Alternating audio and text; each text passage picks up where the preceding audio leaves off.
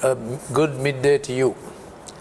I want to bring you a scientific consideration, a little bit of COVID, but mostly about the other subject that I have researched on, the digital issue and its effect on children's curriculum, choices, career, and character. Now, here is my working description. I hope you can see this.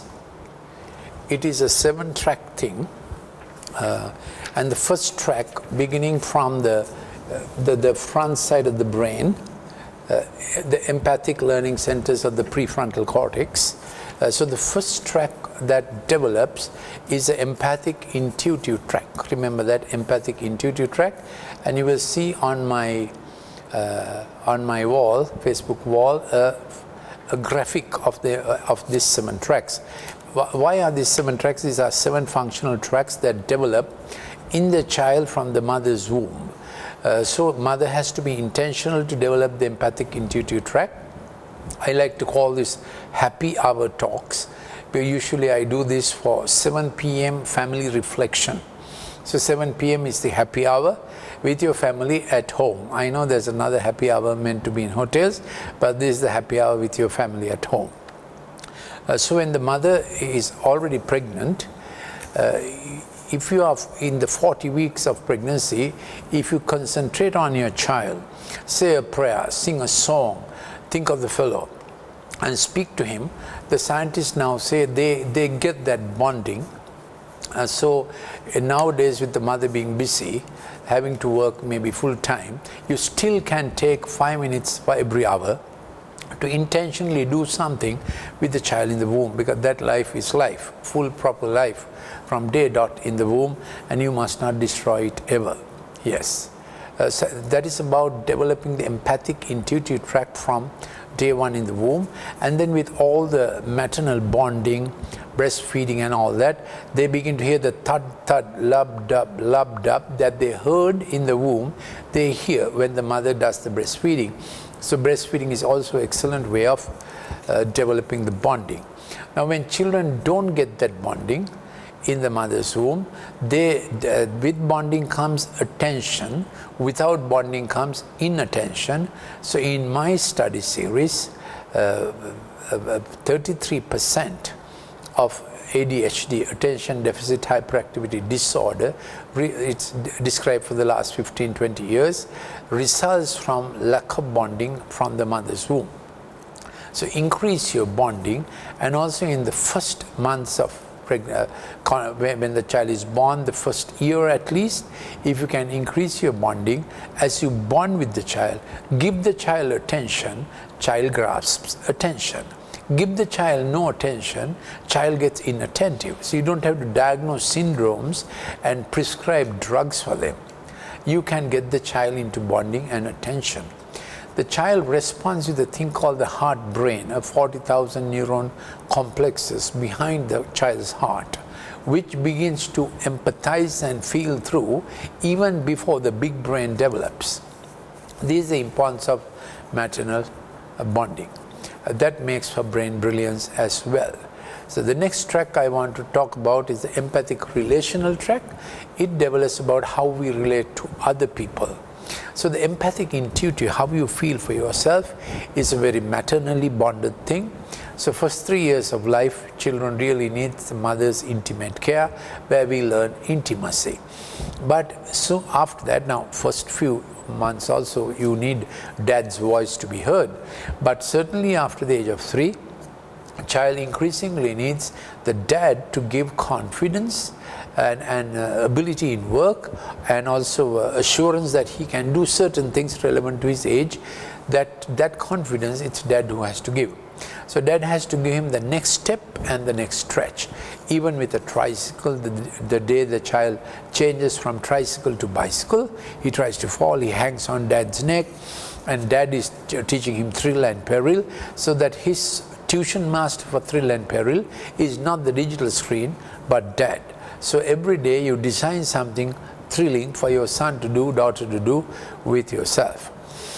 So I recommend that at least 3 days of the week, before nightfall, that should be there.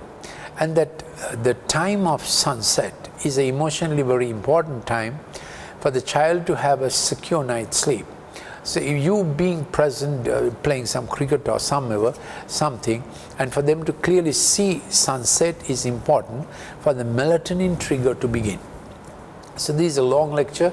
I have so many books on this subject. Now since postal services will begin, bring the children to me. Right Learning and Recovering Childhood. These are available at Sarasavi and Bijitayapa bookshops and at the Brookside bookshop as well. And then this is my latest Screen Smart, Myth and Truth. Very useful handbook, yes. Some of these you can download the first chapter. This one is a real monologue. It's quite a, what shall I say, quite a detailed one. That is on winning the digital war for millennials and us all. And I have academic publications also. I have a lot of clips on this. You can do a little Googling. Dr. Lalith Mendis plus digital. Also my YouTube channel, Dr. Lalith Mendis. When you subscribe, you will get all the downloads. It's free. You can also write to our WhatsApp number +94 77 49 59 214. So I'm on the 7 tracks. So the second one is empathic relational. The confidence child has to make connections with the outside world. That confidence dad has to give him in his early years. Within the first 5 years, large part of our character is formed, 70%, whether we are outgoing, introverted and all that. So first 5 years, please don't mess up by giving the digital screen. Here is absolute advice. American Pediatric Association insists that you should not give the digital screen at all before the age of 3. What did I say? At all. No digital screen before the age of 3. You can Google and see. That's the advice of the American Pediatric Association. Why? Before the age of 3, child picks up phonemes and linguistics and language by listening to mom, dad, siblings. Every bit of the digital screen scrambles language. So the plethora of speech difficulties, language scrambled, arises from too much digital screen. That is technical advice, technically proven. So the third track is the linguistic track. That's what I was saying. And a child needs to develop his language by human interaction. Less human interaction, more digital screen, less language he learns. And language is what makes us brain brilliant. Animals don't have language, humans do have language. Language is God's design and God's gift to mankind. Don't neglect it. And if you write 4 A4 pages in 2 languages, if you write 4 A4 pages in 2 languages as a lifelong habit daily, you delay Alzheimer. That's right. 4 A4 pages in 2 languages, English, Sinhala, Tamil, English, or if you are German, Russian, Japanese, whatever, in 2 languages, you delay Alzheimer.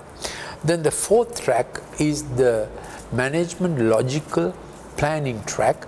A child needs to get on to this even when the child is 3 years, 4 years, 5 years.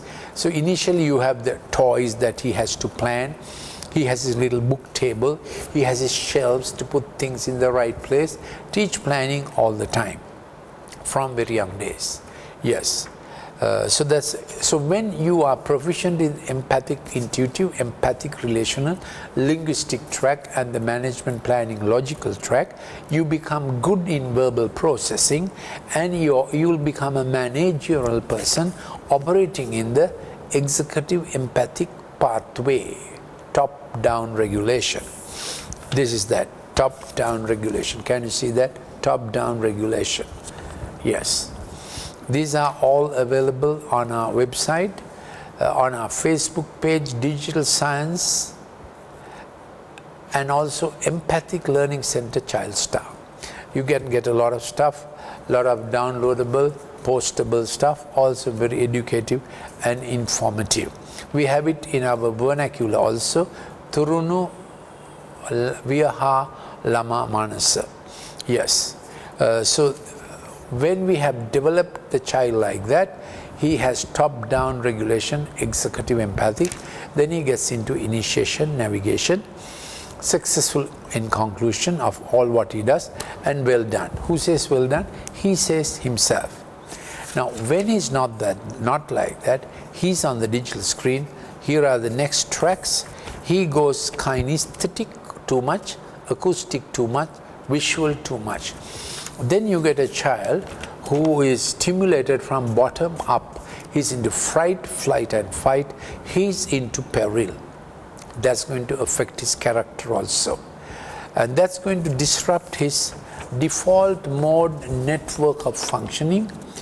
40 minutes we function in dopamine, every hour 40 minutes. Dopamine for salience, and then we do a check back on serotonin for satiety. Did I do it right? Did I get it right? Do I need to study it again? This is not only for study, check back for character also. When a child is on the digital screen for a long time, child has no check back. In fact, if your child is on fast games, digital games, fast cartoons for 25 minutes, the next 90 minutes he's not concentrating. He may look at his books, but he's not getting it in. So what must you do? Don't allow him to be on fast games and fast cartoons, if possible never, but at least stop it around about 20 minutes and say, son, daughter, this is not good. You have to take it into your hands. If not, they ruin their curricular potential. All we have for our curricular development is the tracks we laid down up to the age of 14. At the age of 14, there's a construct and an editing of the tracks. So all our adult life, brilliant or otherwise we will be, depending on what we laid down in our early years. So we are not born brilliant, we are trained brilliant. That's right. We may have the potential to become brilliant, but if we allow our children to mess up their brain tracks with digital stuff, then we are being very foolish. Now, these are days when there are lots of online studies on. I have given a full 1 hour talk, COVID-16, on online studies and how to preserve your brain during online studies.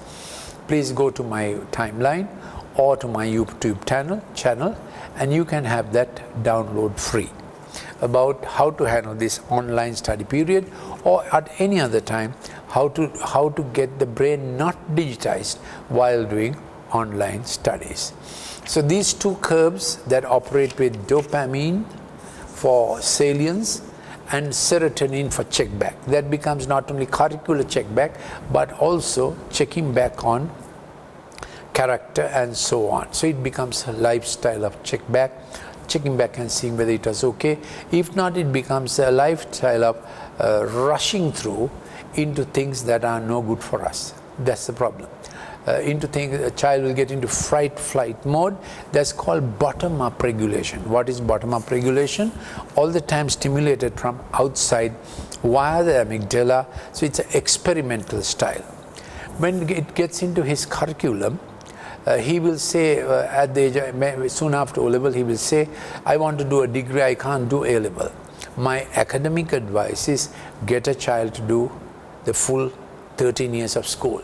It is necessary for his social health, besides its academic health. I repeat it, those 13 years of school are formative.